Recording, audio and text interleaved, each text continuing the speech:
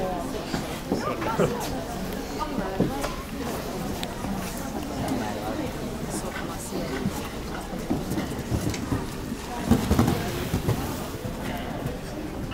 gubben.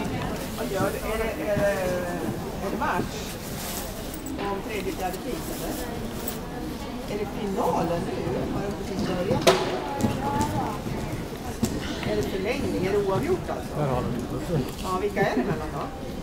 Det kallar för något. Sundsvall och Modo, okej. Spännande. Ja, du, kan vi komma och hämta dig om du får stund då? Ja, vad bra. Men då måste jag ta med mig en massa och börja åka. Ja, vi är klara nu. Vi ska kunna börja packa in. Men vi behöver inte åka på en gång. Jag kan vänta lite stund om du vill. Okej. Då väntar jag lite. Hej.